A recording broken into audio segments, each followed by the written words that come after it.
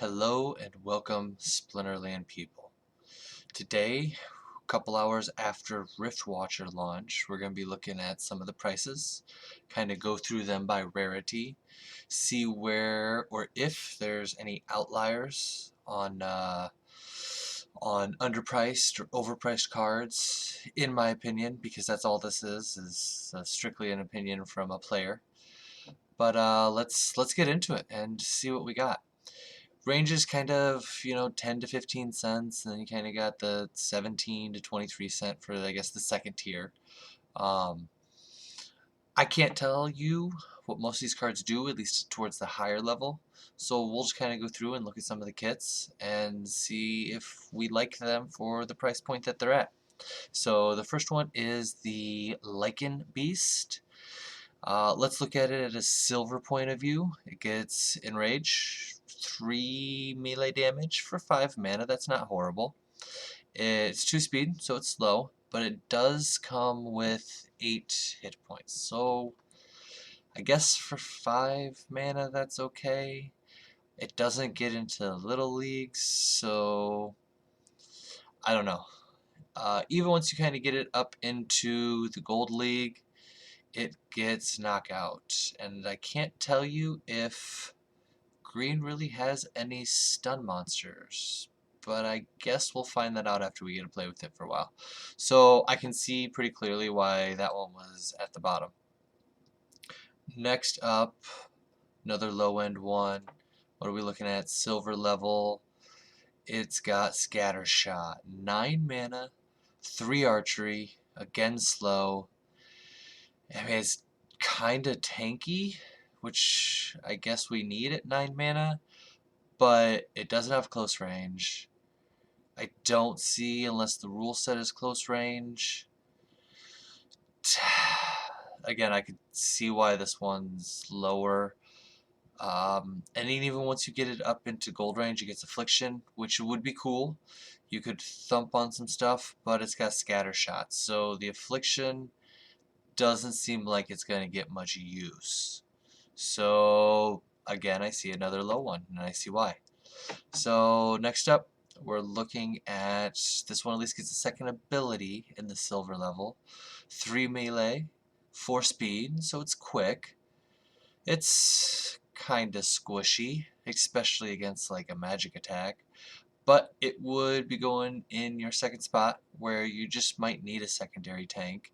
It does have trample, which is kind of intriguing because if it happens to get the kill from the secondary spot, it could then trample through, which is kind of nice.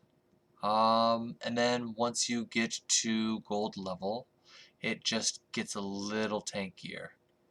Yeah, from silver to gold, all you're gaining really is just tankiness. So I mean, that's not bad. That's not bad, and to be one of the low cards, that might be one that we could put in the undervalued category. Another super low one, coming white, got some dodge, but it's got 3 speed. And I wouldn't say white is really known for their magic. I mean, you can play white magic, but it's not really its strong suit, I guess I would say. And the dodge would help a little with 3 speed, but it's 8 mana. It's so expensive. Everything in this expansion is so expensive, mana-wise. When it gets up into gold level, I guess it's got Return Fire. And it becomes tankier. I mean, it really does. I don't know. It doesn't excite me, I guess I could say. Which would explain, again, why it's towards the bottom. Getting up here in these, I guess, kind of middle range guys. What are we looking at for stats? So it's got Void Armor. And at 3 and 8, that's not bad for 7 mana. At silver level, it's respectable with 3 damage. So I guess that's not horrible. And once you get it up to the gold level, it's got 4 speed and Enrage, 9 hit points, and Void. I mean, that one's kind of nice. But again, it does step up to that kind of middle tier, so I can kind of see. Next up, we got a red common. What does it got? So in silver, it's got headwinds, which doesn't impress me. 3 damage. I guess maybe in a Jotun team, it'd be nice because of the speed. And I guess it counters Jotun if you wanted to put it in the second position. I guess if you had a Jotun, I could see spending the money on this. Without a Jotun, I don't think red's really known for its debuffing. Maybe as a Jotun counter towards the higher levels. But this one to me seems like it maybe should be a little bit lower. Like it should maybe be down here. And maybe it's just elevated because the Jotun people have the kind of money to be able to drop on this thing like they need. But to me it should maybe be down in this lower tier. So that one seems a little bit overvalued to me.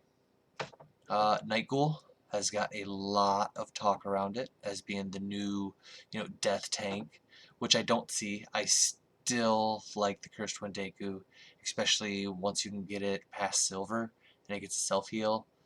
And I think one of the new Riftwatcher death guys has Amplify really early, maybe like in silver level. So if you pair that with the Cursed Wendeku, like I still think that's a better tank than this guy. And yes, this guy at silver level is super tanky and a wrecking ball. But you are telling your opponent to completely attack it. So it needs to be tanky and hope it gets 2 hits. I mean, I can see this thing getting wiped out by turn 2 before it attacks with this low speed. So it might only get 1. It doesn't have void armor, so it is susceptible to magic. And at least the Cursed Wendeku, it's all of its survivability is in its hit points. So magic and melee or archery is all the same to it. Whereas this, you need more archery as compared to magic. So I think the Cursed Wendeku is just as tanky and it's more offensive, I guess is what I'm saying. Once you do get it to gold level, though, it gets force field, which is nice, especially with it being a giant. And I haven't play tested it, so I guess we need to see if force field stops giant killers pre-giant killer boost or post-giant killer boost. And once we play a little bit, we'll figure that out.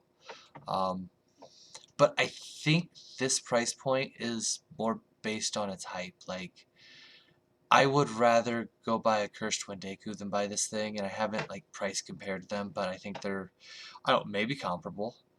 And I just think the Cursed Wendeku is better. Let's get into this red card, see what it gets. It gets stun right off the bat, but you got to put it up front. I mean, it's tanky, and it gets a self-heal, a stunner and a self-heal up front. That could be interesting. In the Silver League, we're looking at 3 attack and 6/9 shield health. For 8 mana, that's not horrible, and it can stun, like I said, and once you get it into gold, it heals.